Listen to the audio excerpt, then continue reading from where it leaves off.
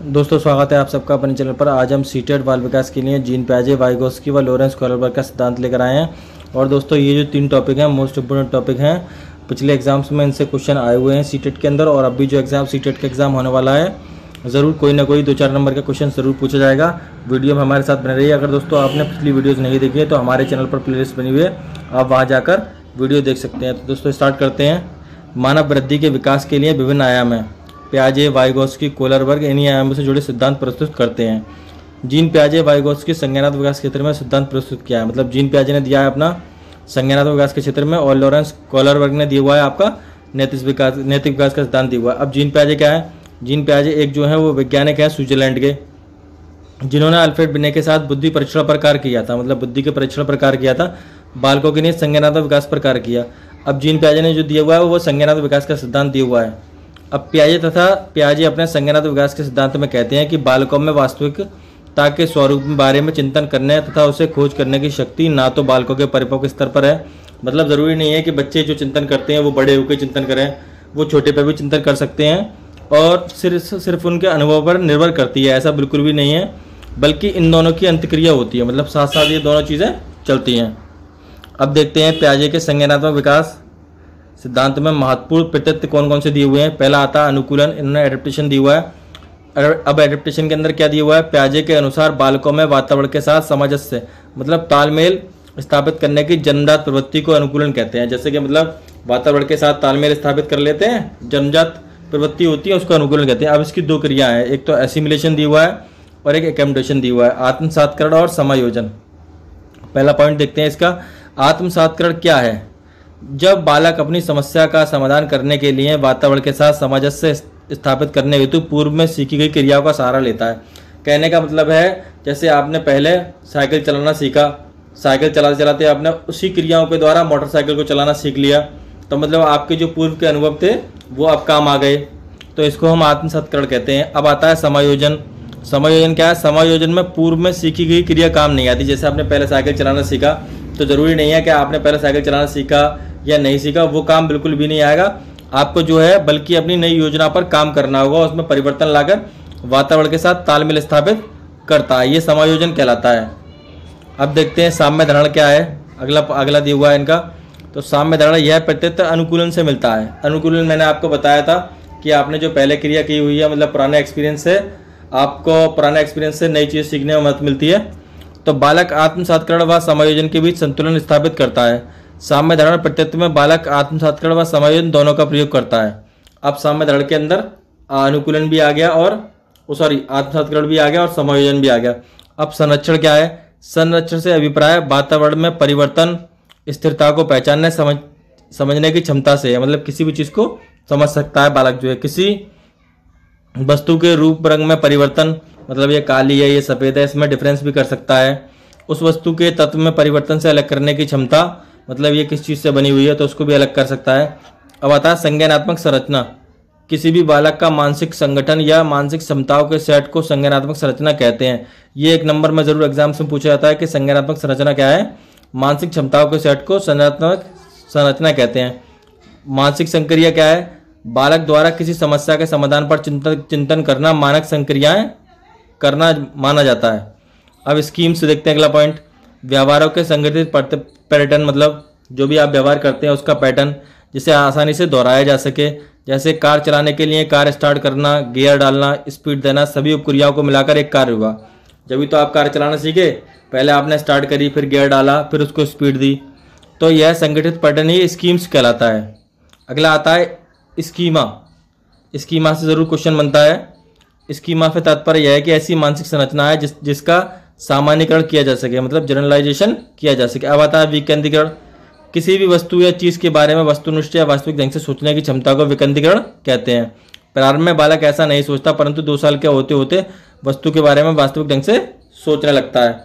अब देखिए पियाजे ने कौन कौन से सिद्धांत के विकास दिए हैं। पहला दिया है इंद्रियगामक जो होता है वो 0 से 2 साल है। फिर है पूर्व संज्ञानात्मक अवस्था जो कि 2 से 7 साल है। अगला और देखते हैं, अगला है आपका मूर्त संक्रियात्मक जो 7 से 11 साल है। फिर अगला आता है अमूर्त संक्रियात्मक जो कि 11 से 15 साल है। अब देखिए इंद्रिय जनित गामक अवस्था में बच्चा क्या क्या करता है। यह अवस्था जन्म से 2 वर्ष की अवधि में पूरी होती है।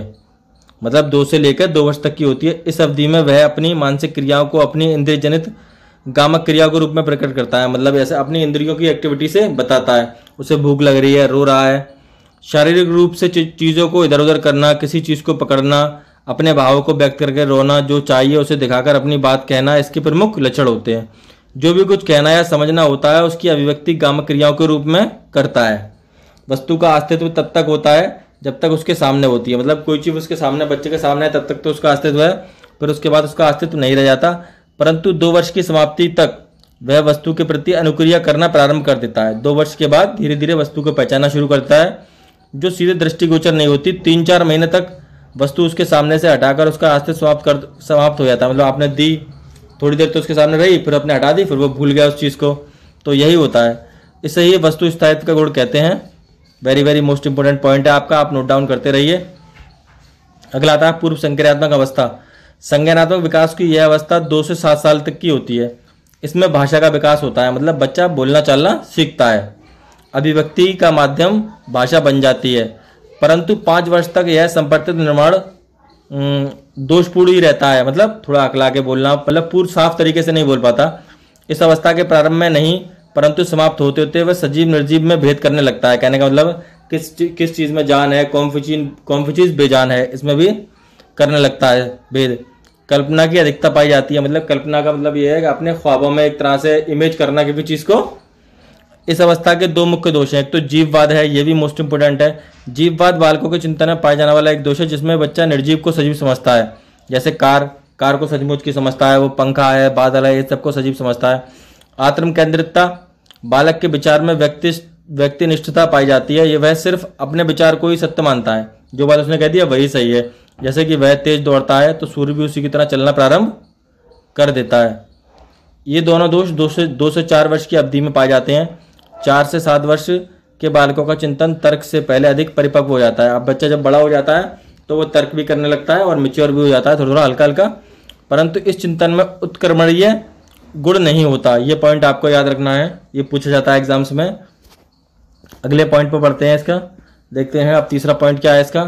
तीसरा आता है मूर्त संक्रियात्मक अवस्था। यह अवस्था 7 से 11 वर्ष की होती है।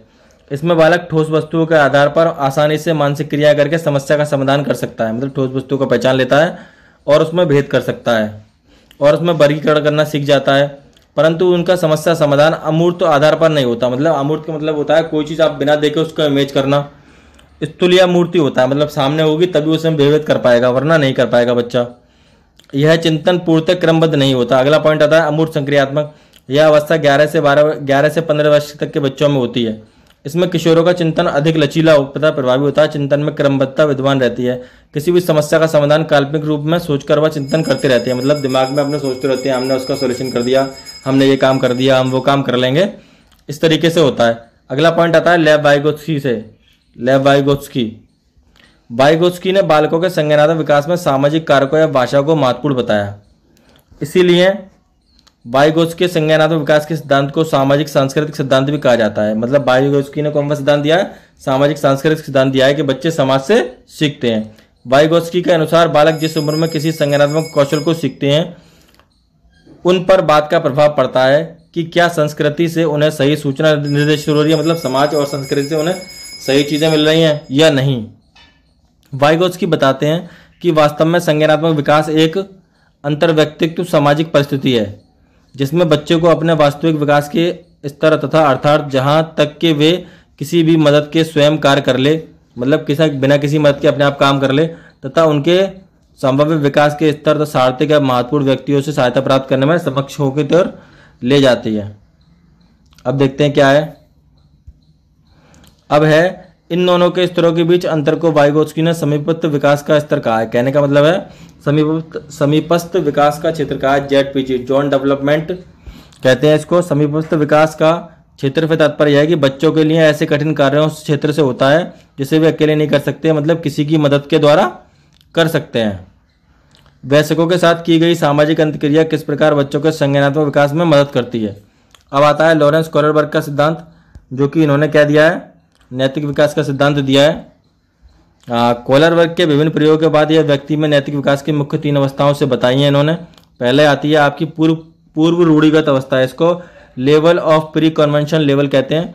यह अवस्था 4 से 10 साल तक के बच्चों में होती है। सही गलत का निर्णय स्वयं के मानकों के आधार पर ना लेकर दूसरे लोगों के मानकों के आधार पर लेते हैं। जैसे आपने कोई गलती कर दी, कोई बच्चा छोटा है तो आप उसे डांटेंगे तो वो सही गलत का निर्णय नहीं ले सकता। बच्चे किसी भी बात या अच्छा बुरा उसके भौतिक परिणामों के आधार पर लेते हैं। इसमें 2 अवस्था होती है। प्रथम अवस्था में बच्चा शक्तिशाली प्रतिष्ठित व्यक्ति माता पिता के प्रति सम्मान दिखाता है ताकि उन्हें दंड न मिले। कहने का मतलब अगर उसने कोई गलती कर दी है तो माता पिता या कोई बड़ा व्यक्ति उसे ना डांटे। दूसरी अवस्था क्या आती है, बालकों में पुरस्कार पाने की अभिप्रेरणा प्रबल होती है। मतलब कोई भी आप काम करें तो उसको कोई पुरस्कार के रूप में कोई चीज़ दिए तो वो प्रेरणा बहुत ही मोटिवेटेड होती है, सही अर्थ में न्याय, उदारता, सहानुभूतिता आधारित नहीं होती। अगला देखते हैं, रूढ़िगत नैतिकता का स्तर क्या है। इसको कहते हैं लेवल ऑफ कन्वेंशनल मॉरलिटी। यह अवस्था 10 से 13 साल तक के बच्चों में होती है।